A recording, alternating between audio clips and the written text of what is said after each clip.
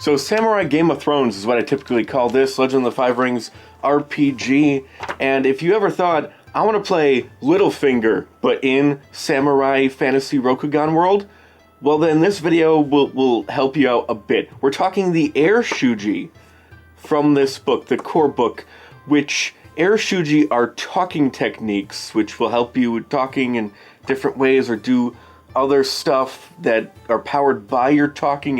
It depends. There's a wide variety here. And the Air Shuji are talking techniques that relate to the path of air, the air ring, the air philosophy. There's a big focus on attention to very fine, small details, and less so on the big picture.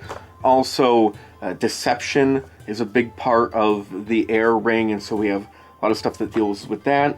Rumors. If you really want to be good at spreading rumors and spread rumors in different ways, we have a couple techniques that deal with rumor spreading. It's a big aspect of air. And there's also some glory and honor manipulation within the air techniques. So that's what we're going to do. We're going to cover the air techniques only in the core book, though. I guess we might come back and do a part 2 of air techniques in everywhere else but the core book. Maybe, I don't know if I feel like it. This will give you a general idea of what tools you have at your disposal if you're playing a core tier character who has some focus, at least, on air. So first of all, there are 9 Air Shuji to work with, which every other type is either 8 or 9. Most of them are 9, 2 of them are 8. 3 of those 9 are rank 1s, and 3 of those 9 are rank 2s. The last 3 are 1-3, 1-4, and 1-5, which means that if you have a school and as part of the curriculum, usually this would be rank 2 curriculum, you have 1 through 2 Air Shuji, 6 techniques would be part of that particular curriculum rank. And this is a game where you level up as you spend points, and you can spend points on stuff within your rank. It's more efficient, so you level up quicker, but if you spend stuff outside your rank, you level up slower, so you kind of want to plan the stuff. Anyway, when you get to there, you'll have 6 to buy. It's just something to keep in mind when you're managing your points and how you spend them and how you want to level up efficiently. When do you buy which Air Shuji when? It's just important for planning. If you want more insight into that, I think I touched on it a bit in my 2-parter school guides video, and there'll be more character creation vids as we go on.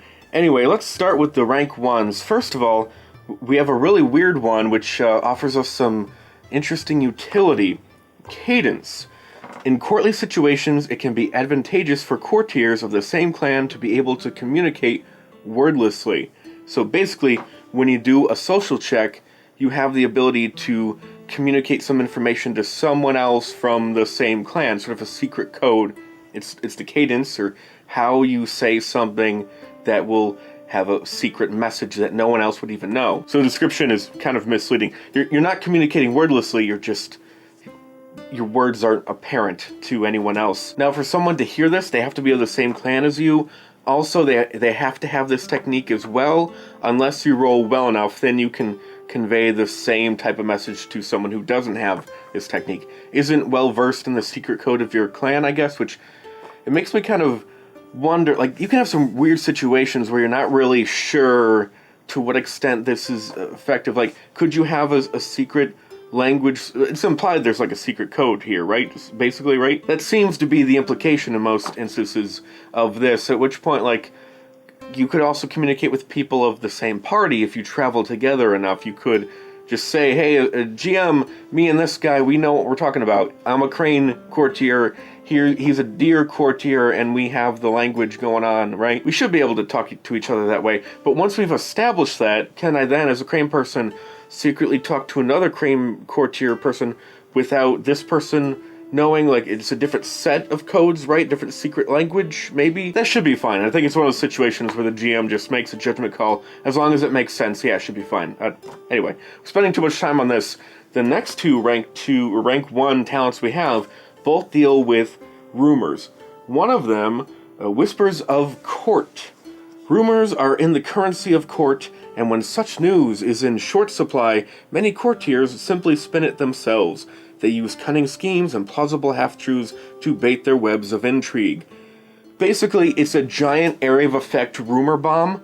You hit multiple people with a rumor, and it just spreads quicker. It's a giant rumor attack, more or less. And so you have a easier time spreading rumors in an intrigue. Also, if you roll well enough, you can learn about another rumor that might be floating around that another courtier is trying to get going and solidify, which in an intrigue, you pick a goal that you want to gain information about someone, or you want to spread a rumor, and it might take multiple checks. So you earn enough momentum points to have the rumor take root. Not necessarily so that everyone believes it, but it's not ignorable. And this just makes that easier. Now, the other aspect of spreading rumors is that you don't want people to know that you are the one spreading rumors, right? That can be helpful to keep that hidden, and that's what Rustling of Leaves does. If everyone has heard a scandalous story, but it has no clear source, what can it be but true? The courtier cleverly spreads stories so none see them as the source. So yeah, they have a harder time discerning you being the rumor spreader. And that would be such a fun way to play a talker, to be a talker, and to sow seeds of chaos, because it really calls for a lot of creativity and research and knowledge of the area and the players, and thinking of fun, creative ways to just screw with people. Should be a lot of fun, and you can be pretty good at it right out of the gate. I'm sure there's plenty of air-based courtier-type characters who get one of these to as creation, or have access to them, or part of your curriculum, I should say, early on. So, yeah, this should be a fun angle for a lot of people. Let's move on to the rank 2s. And I was just talking about learning information before you spread a rumor. Artisans Appraisal can actually help with that. The courtier looks at an object but sees its maker. Each thumbprint tells a story about the hand that crafted the piece. Every subtle choice reveals something about the desires that linger in the artist's mind. So, you can use this, study their art, their painting, or poem, or song, or the sword they crafted for their bodyguard, and you can learn that, oh, they have a fear of heights or something. You can learn advantages, you can learn disadvantages. You do have to choose a ring to reveal the advantages and disadvantages of that type. And so I guess technically there is sort of a right or wrong answer. The right answer would reveal the most. But can you make a sort of semi-educated decision as to what ring they would most likely have the most advantages and disadvantages of? I don't know if you can even really make that assessment. Even if you go really meta in the book, I'm not even sure how you would... Yeah, I don't know. Pick a ring from a hat, and then you'll know some advantages and disadvantages about it. I'm spending way too much time on this. I just really like the idea of studying someone's work and be like, oh, like he's got an Oedipus complex, or he's afraid of heights or something, and then you can use that to your advantage sometime later. Like, that's kind of cool. I like that. So after you've used your Artisan's Appraisal technique to evaluate their advantages and disadvantages, and then come up with a rumor to spread with your rank 1 techniques that appeals to a disadvantage somehow, then, after they've become emotionally compromised, you can literally prey on the weak. Court is not a kind place, and a harsh word is no less cruel for being spoken softly and with perfect etiquette. Basically, you say a thing to make them really mad, and one of two things can happen. Either they unmask, which technically unmasking could be sort of good, but also bad. It depends on the situation. You can look up the unmasking section, but they lose social standing. Most of the time you'll use this in social situations, and you want to make someone look bad, so you just goad them into unmasking, or they can just forfeit some glory. And depending on how well you roll, you also have an opportunity to learn more about their disadvantages. If there's any disadvantages left that you haven't learned yet through other ways, you can learn disadvantages about them, which is really nice. And if they decide to leave the scene, and then you can learn some information about them from that, which is kind of neat. Let's move on to the last rank 2 technique, feigned opening. This is one that doesn't really make much sense to me based on the description and how it works mechanically, but it's one of those ones that you can really use during combat. In fact, I think it's only for combat, right? Yeah, skirmishes and mass battles. A wise leader creates the impression of weakness to disguise strength, or strength to conceal weakness. And it's basically, when you succeed, the enemy that you targeted, other people have an easy time attacking them because they're so focused on trying to exploit the opening that you gave for them. So their defenses are down because of your feigned opening. And really, more likely than not, it's your allies that will get the big benefit against this person, but technically you do as well on your next turn, your next attack. You will also get the benefit and have an easier time attacking them, so I guess it kind of works. I think of it more as like group helper thing. It's a group buff of sorts, or a debuff against certain whatever. However you look at it, it's going to help you in combat, and so that's nice. Every Shuji section will throw like one bone to the combat, the leader, talker type people. So that's kind of neat. Now for our rank 3 technique, the wind blows both ways. A word in the right ear at the right time can enhance the accomplishment of another, or a cutting slight can diminish their success in the eyes of those who matter. And basically, this is some glory manipulation. You can make it so an ally, a target will get more glory because of your words. So you target an ally and they just get bigger glory rewards for whatever it is they're going to do. We also have one where when someone forfeits or stakes glory, you can increase that. Glory is basically to what extent the outside world sees you as acting as a proper samurai, mostly as it pertains to the lord that you're sworn to. Are you doing right by them? And you may have to sacrifice some glory to do certain things when you're in public, so this person can be, whoever has this technique, a rank 3 air Shuji, they can be used to sort of be a glory healer, I guess, or even just strengthen it. And if your glory is high enough, well, that can open up some doors to you in different ways. Anyway, there is a Lion Clan ninja whose whole game mechanic school ability revolves around staking honor and like gambling with your honor to do better things.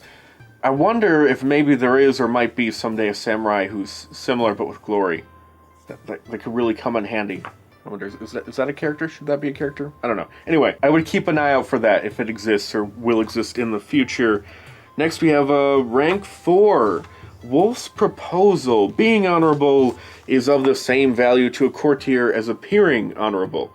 True honor cannot be faked, but fortunately for many, the appearance of respectability can be fabricated. So basically you can artificially inflate your honor score in the eyes of the people you're targeting, so they'll see you as more trustworthy, a moral, upstanding person, and you're just more believable. So that can be pretty useful, especially depending on how good you are at this, and this is towards the end game-ish. It's a tier 4. If your air is high enough and your skill is really good, you could really make a huge difference. You could be like this really dishonorable mercenary ninja type character, but you make people think that you're one of the most honorable person they have ever met, and of course they believe you. Why wouldn't they? Your honor score is so high. That's kind of neat. I like that. We also have, finally, rank 5. Better be a good one. Bend with the Storm. When faced with a much more powerful foe, a cunning courtier often feigns a position of weakness. In this way, they can lead the opponent where they desire by offering chances the foe cannot pass up. Basically, the target thinks they have learned an advantage or disadvantage of yours, but they didn't. It's false, and they don't know that you know that they... Wait, hold on. I might need to draw a chart for this one. Wait, further, the target believes that you do not know you have given this advantage or disadvantage away. They don't know that you know that they don't know. Now, on the surface of it, doesn't seem like it's that cool or neat. It's the one tier 5 or rank 5. It should be really awesome. I mean, what does it really do? They waste an action trying to exploit a disadvantage or turn an advantage that you don't actually have, so it just does nothing. They waste an action. I mean, that's not nothing, right? But it could get really good if, as a GM, you create a situation where a NPC is gonna like try and lure a player into a trap. Like, I challenge you to a duel on a cliffside, because they know the disadvantage that they're afraid of heights, even though it's not a real disadvantage because of Bend with the Storm. So I'm going to challenge you to a duel on a cliffside. I'm going to use that against you to win the duel. But you, with your other techniques, learned actual disadvantage that this person has. And so you've set up, they're afraid of cherry blossoms, and you pick a cliff that has cherry blossoms on it, or you planted a cherry blossom tree or something. I don't know.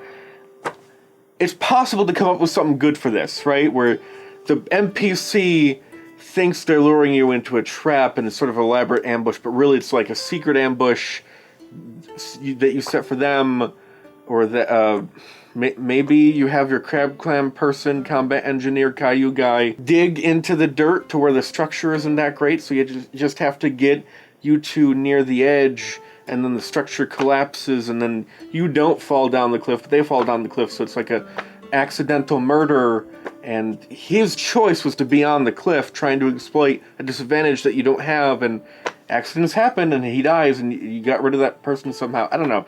A more creative person who's not coming up with stuff off the top of their head, who actually takes time to plan, they could come up with something interesting, right? Maybe, I guess. With a lot of the Shuji, and I think especially with the more later endgame ones, they don't really feel as worth it unless you're really creative. It sort of assumes that you're really going to get creative with it as a player or GM.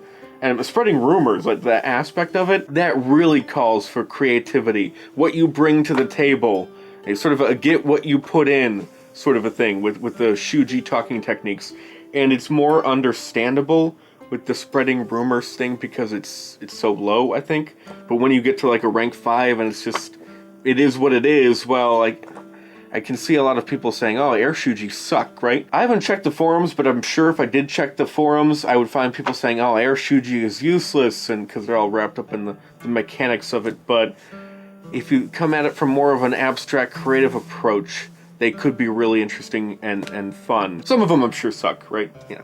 It happens. But that's it for today. Like I said, just a quick, simple tour of the air Shuji, the talking techniques for the air ring that you're going to have at your disposal so you can maybe plan your character out a bit better. And if you want to take it a step further, get Quartz of Stone or one of the other books. They might have air Shuji, and I'm sure Quartz of Stone does, right? It's all about diplomacy. I'm sure they have talking Shuji of all different types. But anyway, that is it for today. Be sure to smash that subscribe button so you can not get a notification about the other technique videos I'll be doing in the future. Alright, bye.